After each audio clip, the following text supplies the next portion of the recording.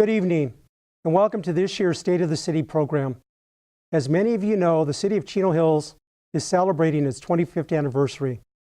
Cityhood for Chino Hills was once a dream, and on election day, November 5th, 1991, it became a reality. We have enjoyed 25 years of balanced growth and development. We protected the natural beauty and safety of this community, and we have worked together to create this premier city. This community is known for and propelled by the passion of its residents. Today and every day we work hard to continue the vision that our early leaders set forth. In fact, continuing that early and very successful vision will ensure our future success.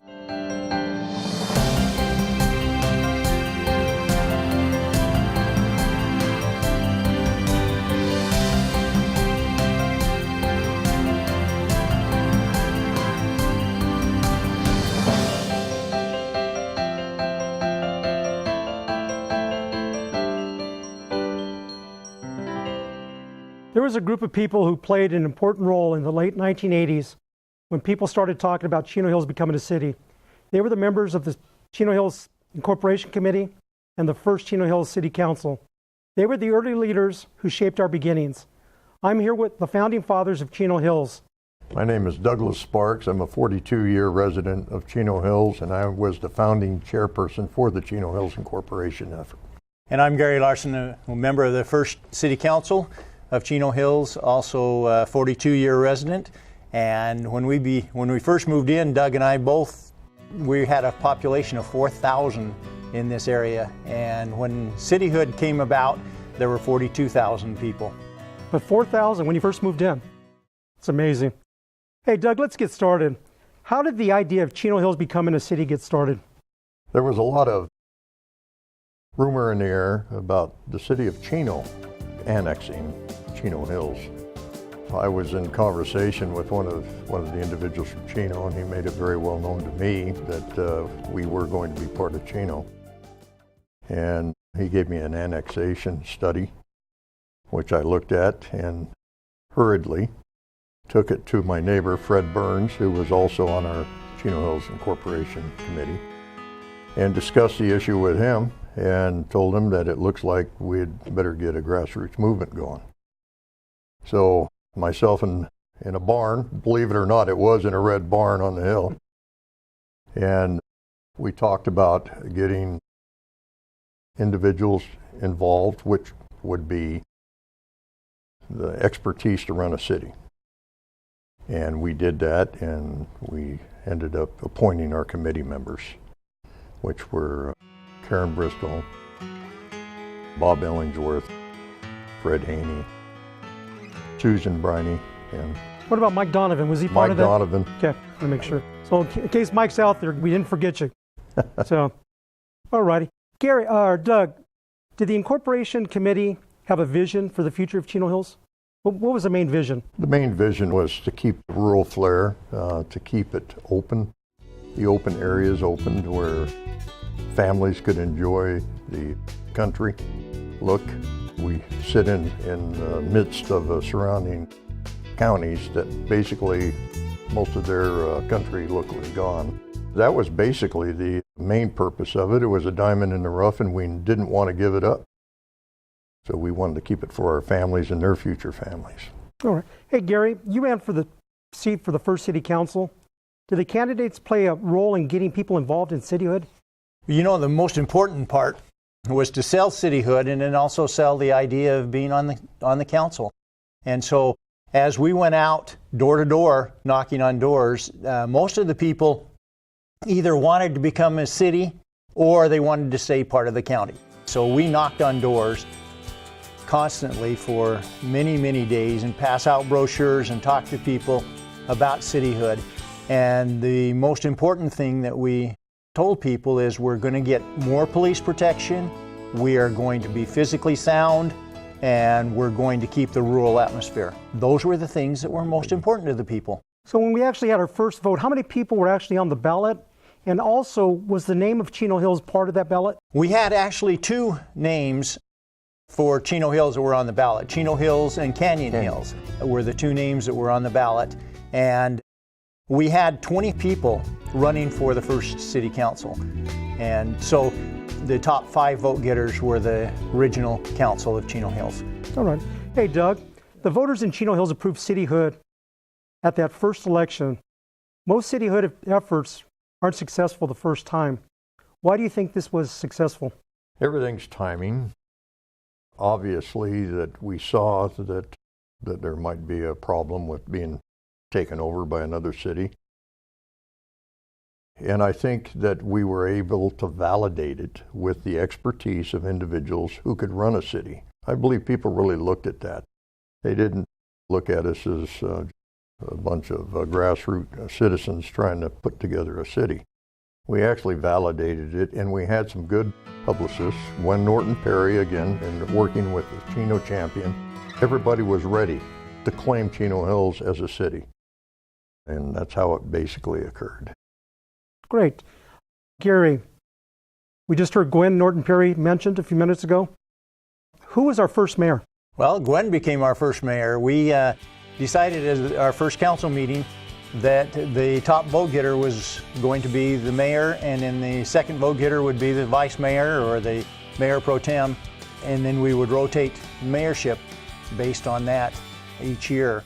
And so Gwen was by far the top vote getter, and so she became our first mayor. Gary, you were elected to the first city council. Can you give us a little glimpse into what it was like to start a brand new city? It's interesting. We had our first council meeting was held on a Sunday morning, believe it or not, because that was December 1st, and we had to become a city, and we had to adopt all the laws and regulations. Otherwise, we would not have any laws on the books, and adopted all of those rules and regulations. Our meetings became, when we first started, were very long. Some of our meetings went to 2 and 3 o'clock in the morning because as a new city, we just did not have an idea as council members what exactly everything entailed. And as a city council, every commission and everything was incorporated with just the city council. So we spent many, many hours just getting started and getting everything organized because we had to put everything in organization. It was brand new. So, okay, Gwen was the first mayor. You were on the council. Right. Who were the other 3 members? Well, Jim Thalman was the second vote getter, and he was the mayor pro tem. I was the third. And then we had Mike Wickman came in 4th, and Ed Graham was the 5th. So it's been 25 years. We had a vision, and I just want to know, did we achieve it? I'm going to start with Doug here to my left here. I believe you have achieved it. I can still take a drive through the canyon and look at open space. I can come down Grand Avenue and see open space. That is exactly what people want. It's a soothing atmosphere that when you roll into it, it's home. And I think that's what everybody's vying for, is home. And you've certainly kept it that way. I'm praying that everything continues on that line and that we do well in continuing on with our land planning. Mr. Planner. And it's been a wonderful trip for me for 42 years because, like Gary said, it was 4,000, where there was nothing here. Now it's 70-some thousand. I believe it's in the 70s. So, yes, I am very happy, and thank you very much. Well, thank you for being here. And Gary? We set a goal, or I did personally, when we first became a city, to do certain things to make sure that the city was fiscally sound, that we had a police department that was responsible for the people, and that government became more of a private partnership with the citizens. It wasn't a removed partnership like we had with the county, where if you wanted a permit, you had to go clear out to San Bernardino. Now we brought it home. We brought things local. We brought it to where the citizens have a vote and have a right. And nothing is more pleasing to drive down and drive into the city and still be able to see the hills that are there. And particularly this time of year and this year with how green they are. My wife and I were both saying that it almost looks like Switzerland, how green it is and how beautiful the city has become. Well, I want to say thank you for joining me today. and sharing your stories about Chino Hills. We truly appreciate all you've done for Chino Hills. So just a big thank you from me to you. Thank you. Thank you. Thank you, Ray.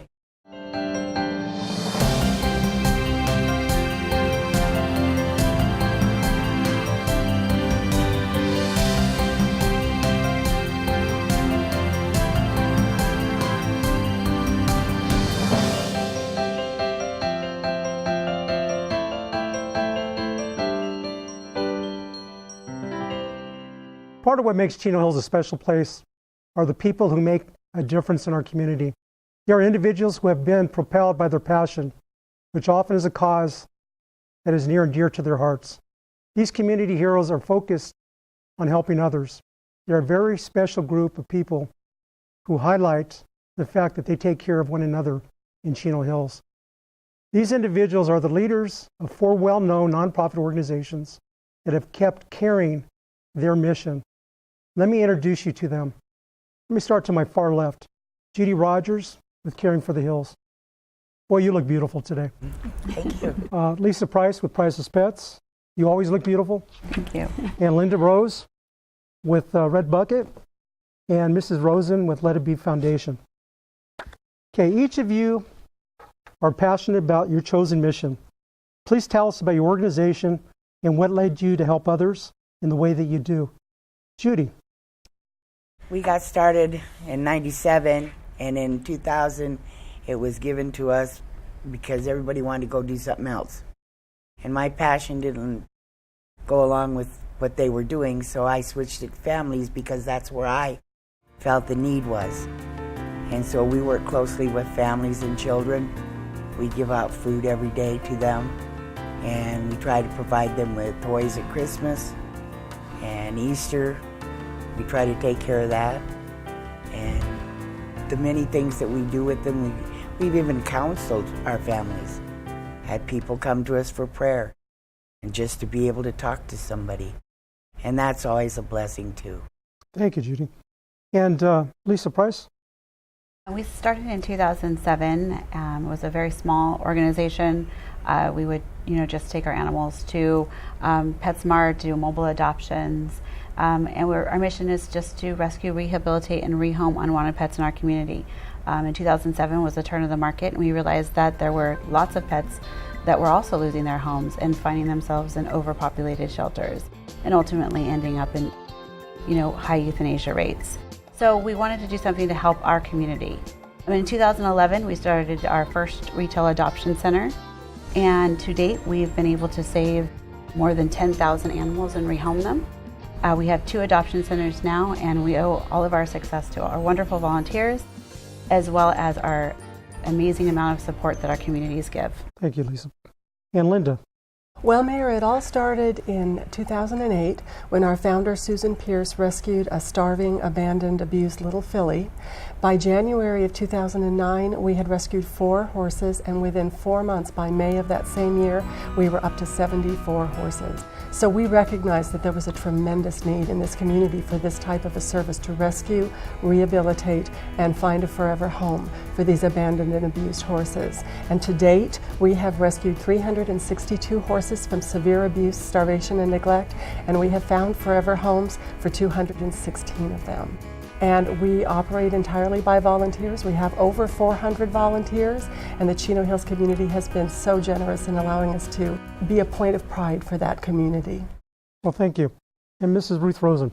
The Let It Be Foundation, which our family started in 2006, wasn't something a parent chooses to do, to start a foundation based on the loss of their child. But after 13 months of going through a journey, I realized that so many people in our community were so generous that they were giving, and it was our turn to receive. And now, after losing Carla, what would have been her 16th birthday, we decided to launch the foundation 11 years ago. And since then, an incredible community has come together to help us further our mission. And it's really simple. You take what people have been blessed with in the community, pull that together, and we give to those in need. And those in need are children who have been diagnosed with cancer and other life-threatening medical conditions. We focus on the entire family, not just the sick child. Because when a child gets sick, It's oftentimes a dual working family. One parent must stop or reduce their work schedule to care for that sick child. There are siblings involved. There are needs that are different for each of our families. There's needs. So it's not just one way we help families. We help them with products and services and to focus normal so that the disease does not consume them, but instead they can find the positives that can come through even tragedies. It's incredible to hear your stories. Can you tell us about your accomplishments that you are most proud of and what keeps you and your volunteers motivated each day? Let me start here with Ruth. Well, that's kind of an unfair question because there's lots of accomplishments over 11 years. When you get the opportunity to work with children and families, the accomplishments are incredible. Just to watch children celebrate remission, to even celebrate lives, we've been alongside the families, to watch them through the process and know that together we are truly making a big difference in their lives. But as a mom, my proudest moment came last year when through our youth leadership program that my own 2 children have decided this last 10 years to dedicate their volunteerism in our community to helping those kids in need. And to stand there, watch them from the side, not mom, but kids in our community, to receive such an incredible award through our youth leadership program. It was just one of my proudest moments. Wow, amazing. And Linda? Well, Mayor, I think our greatest accomplishment has been the purchase of our ranch in Chino Hills. We had an opportunity to purchase a ranch, and Chino Hills is such a horse-friendly community that we chose it because of that, and also because it's such a community-oriented place. People love to serve. They love to find something important to do, and they've been very open and welcoming. We call our ranch the horses own, and it really is the ranch that the horses own. And as far as what I'm most proud of, I'm proud of our results. One of the most heartwarming things that we can experience at Red Bucket is when an adopter comes back to us and says, "Thank you so much for providing this service and allowing us to find the perfect horse." And of course, every one of them says, "We adopted the best one." And of course, every single one of them is right. Well, thank you. And Lisa? I think one of our biggest accomplishments was being able to open a retail adoption center, which we call the Orphanage in Chino Hills. It has allowed a place for the public to come and view the animals, which has increased the adoptions, as well as volunteerism. Our community is a great animal-loving community, and they step up, and we are ran primarily on volunteers. So it's important to have a place for the volunteers to be able to come, interact with the animals, and also bring the awareness of animal welfare to not only our young people, but to our older people as well. And ultimately, everyone has responded well within our community, and we've helped partner within the Valley Humane Society to get, our euthanasia rates for our community down to 0. So I think that was one of our biggest accomplishments. Fantastic. And Judy? I am very proud of the fact that we get to share the Word of God with all the people that come and visit us. Every morning when we hand out food, we have prayer in several languages. We also sing. Sometimes it's several languages. And it's really unique because I don't think they do that at other places. I don't know. But my families are very special to us, very special to us. And every morning my heart swells with pride when they walk in that gate to come and get their food for the day. And I just can't express how much that means to me that the city has backed our program all those years. And they've come to visit our program. They've seen what we're all about. We've showed them around the house there. And I just love the fact that we get to do this every day. You know what? I know you guys have volunteers. Matter of fact, all you guys have a lot of volunteers. But if somebody in the community or outside the community that sees this today or hears about this, what can they do to volunteer with your organization? Let me start here with Ruth. Well, thank you. If you're considering volunteering, thank you so much. We need lots of volunteers because we have kids getting cancer, kids fighting for their lives. Right now, in our local community, we have 27 families that we're helping. And whether it's through helping our families, our youth leadership, our events, because we believe that our events are not just about raising funds, but they're about bringing a community together, or our hospital program. So I would encourage them to stop by the office or visit our website at theletitbefoundation.org. And we'd love the opportunity to have you come be on our team. You know, Matter, speaking of being on your team, I've actually done the 5K that you do every year, right? Yes, yes. Okay. I will be there with my family. Okay, good, good. And Linda? Well, Mayor, we have new volunteer orientation on the fourth Saturday of every month. As I mentioned, we have over 400 volunteers and we are always looking for more. Just visit our website, redbucketrescue.org, and click on Volunteer Help, and it will walk you through the sign-up process to attend our orientation. And then after orientation, we explain the various opportunities that there are for all of our community members to become involved. And you never need to have touched a horse in your life. Everything is run by volunteers, so we have marketing, advertising, social media, gardening, ranch care, everything. So we are grateful for the support that we've received in the community, and we invite anyone who's interested to come to our new volunteer orientation and become involved. Right. Good story. Lisa?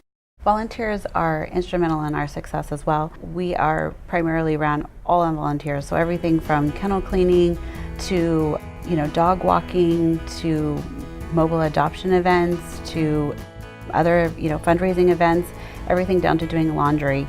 It is, all volunteer based. So we would, love for our community to come out and help and continue with saving and rescuing our animals. You can also go on our website and sign up to volunteer. We have an orientation, it's twice a month, and get started today at pricelesspetrescue.org. Now, you just had a tea the other day. Was that your first event? Yes, we had our first annual tea party, and it was a great success. The women came out. And so it was all women? Well, there was one man too. Okay. So. And Judy? We always need volunteers. We need drivers to go pick up the food, and we rotate them. We have people that come in and they set up the tables, and they keep them clean. Everything gets sanitized in the morning, and as soon as we're done, they sanitize that. So volunteers are always welcome. We can always use donations of food, clothing, small household products, nightstands, things like that we do pass on to our families. Ladies, all of you have made a big difference in so many unique ways. You have turned your passion for a cause into something lasting and beneficial. It's my pleasure to have a conversation with you about what you do and why you do it. I hope that our talk today brings people forward to support your efforts, or even to follow in your footsteps, to do good things in our city. Thank you. Thank you. Thank you, Mayor. Thank you.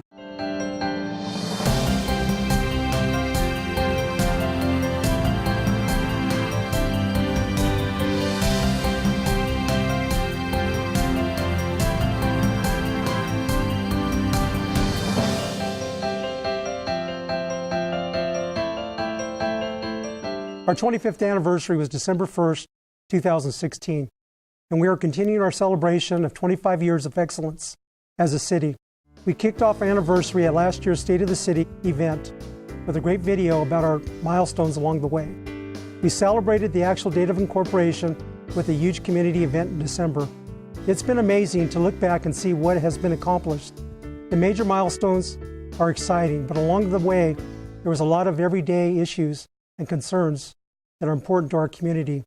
As a council member, we look to tackle those issues head on.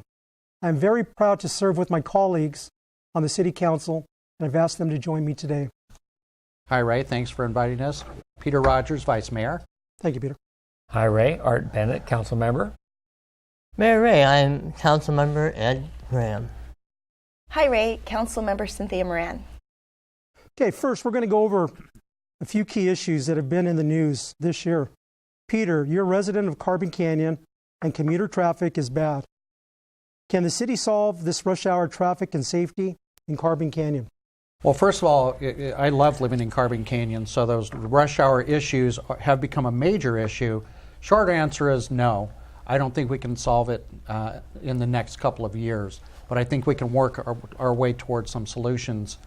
But the first question that really most people are asking is, how does it gotten to this point? And there's been a lot of factors that have brought us to this point. One, the economy has rebounded, and because of that, so many people are driving from the east side of us, and they're using Carbon Canyon as the thoroughfare to Orange County and LA County.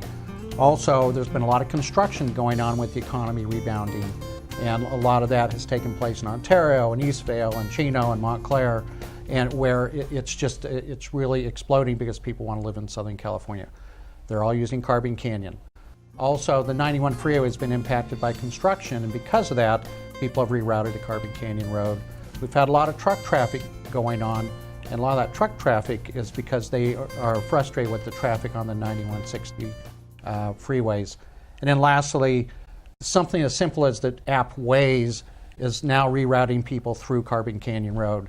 But what we're trying to do, because of that impact that's taken place the last several years after the economy rebounded, is what can we do to make Carbon Canyon safer, one, and also to reduce the amount of traffic. So we've initiated with the City of Brea a traffic study that'll take several months to put together, but once we have that information in hand, we'll deliver it to Caltrans, and Caltrans will hopefully take the information we've provided and utilize that information to make the Carbon Canyon safer and maybe a little less accessible, maybe reduce the speed in traffic or the speed for the traffic in Carbon Canyon, whatever it takes. Well, thank you, Peter. And Art, there's been a lot of talk about the construction going on now, basically at the south end. You are on the original General Plan Advisory Committee, then on the Planning Commission and City Council. For the audience, can you go over the history of the construction down south? Yes, love to. In 1993, I was a portion of a panel of residents that were on the advisory committee looking at the general plan. We were faced with the issue of taking the specific plan that was adopted in 1982 before Cityhood and trying to incorporate some of the things that were within the county specific plan and then enhance upon those and follow the ones that we like, the rules that we like, things like ridgeline protection, commercial development, and development along arterial streets. In 1994, we actually went ahead and approved our general plan. And one of the major differences between the county-specific plan and the general plan was the specific plan had 39,000 residential units that were proposed to be developed, and we cut it back in the general plan to 29,000. So the development that people are seeing today along Butterfield Ranch Road really were developments that were planned over 20 years ago. The holdup really was that the city doesn't plan when units are built. It's all about the economy and the owners of the property. The economy has improved the last few years, so those approved plans are now finally being built. But they're very consistent with what we originally had planned in the northern part of the city and the central part of the city, in that we had a mix of commercial, single-family residential, and high-density residential. The high-density residential is mostly required because of our state affordable housing units, which is a part of our regional housing needs assessment. And to accomplish that, we've had to go with the high density. Art, thank you so much. Very informative. Mr. Ed Graham, transportation in our region is a major issue. You represent the city on the San Bernardino County Transportation Authority. Does the city have a role in solving the regional traffic issues? Yes, we do have a role. The role is very limited, however. We do have one seat on the County Transportation Board. We have one seat on the Southern California Regional Board. And so, we do have input on what happens. On the 71, for example, in Chino Hills, the 71 flows pretty well. However, to the north of us, LA County has control of the 71 in Pomona. And from Butterfield Ranch south down to 91, that 3-mile stretch is controlled by Riverside County and their transportation board. Improvements have been made on the 71. As you know, in the last 6 months in LA County on the 71, they have turned off those traffic signals and they will be removing those. So that'll help going north. However, on the south, we still will have a major problem. Riverside is finishing up their improvements on the 91 freeway, so that will definitely help. However, for that 3-mile stretch that our residents face that head into Orange County and into Riverside, that's going to still be there. Riverside does have a plan to improve that 3-mile stretch of the 71 eventually, make it 3 lanes in both directions. However, there's absolutely no funding for it. So even though it's on their master plan, I don't anticipate that happening for many, many years down the road. Well, thank you. I've got some follow-up questions. We actually have 4 counties that come together.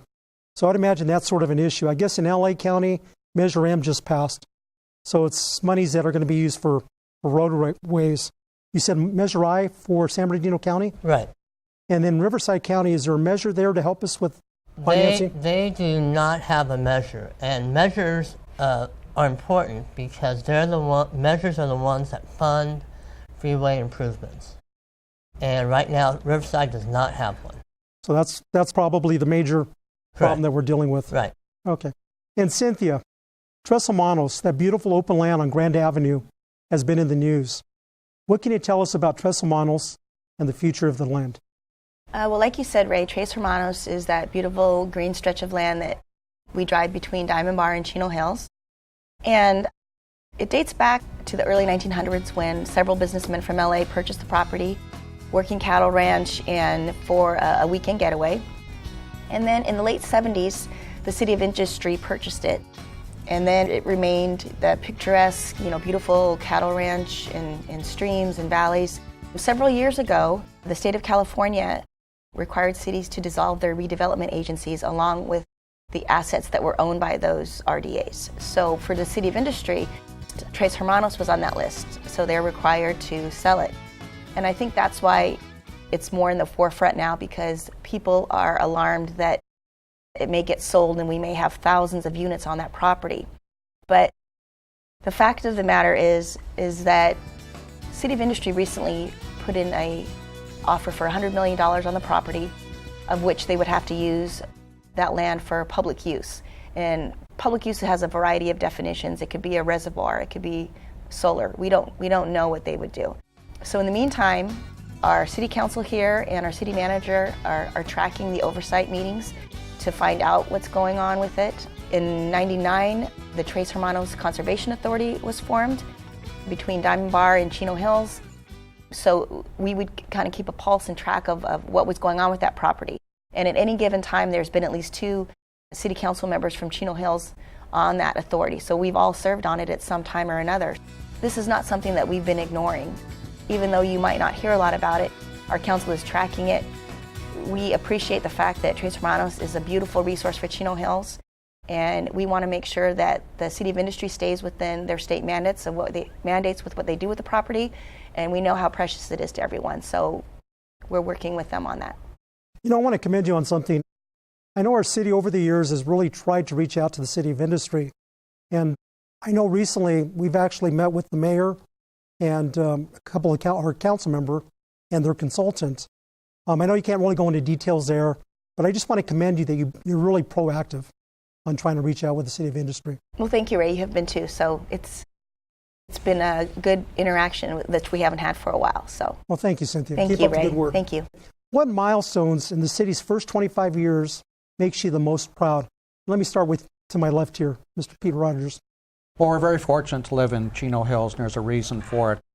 The original city council 25 years ago kind of set in place a direction or a plan that we've kept on that course for 25 years, and that's creating a sense of community, a sense of family, a sense of safety, which has lured a lot of people into the community that may not have heard of our city before, because they know that schools are great and the sense of safety. So we have created this feeling, this sense of community in town that we are very proud of, and I hope we continue with that. Thank you, Peter. Art? Yes, I would say that we've created a downtown Chino Hills with the relocation of the community park, the building of the shops at Chino Hills, and the building of our entire government center, which is City Hall, the fire administration, the police department, and our city library. We have now created a focal point within the city of Chino Hills that we can call downtown, and that it will continue to provide needed shopping opportunities and dining opportunities for our citizens for many years to come. Thank you, Art. Ed? For me, I've been on the council 25 years, and I love the fact that when we go out eating, we go to the grocery store, people stop and want to talk about how they love living in our city. We wanted many years ago to develop a family-oriented community, and I think over the years we've been able to keep that type of orientation, and people just love living here, so I've always appreciated that. I'm going to follow up a question with what your comments. When you've been here for 25 years, how many grocery stores and how many restaurants did we have in Chino Hills? I remember one grocery store that was alphabeted at the corner of Chino Hills Parkway and Pipeline, right? And then I remember a Jack in the Box, and that's about it. That was it, huh? Mm-hmm. That was it. All righty. Cynthia? I think that one of the milestones, like what Art said, is having a true downtown, but the recreational amenities. The community center was really important to me. That really creates a city. So I felt like once we got our community center, we were like a city with real recreational facilities, and I'd like to see that grow too. So I think that's pretty important these last 25 years, is having our community center. Good answer. For me, we were a family community. We were probably right around, when I first moved in, maybe 30,000 people. Today we're close to almost 80,000, and I still believe we're a family community. I'm very proud of that.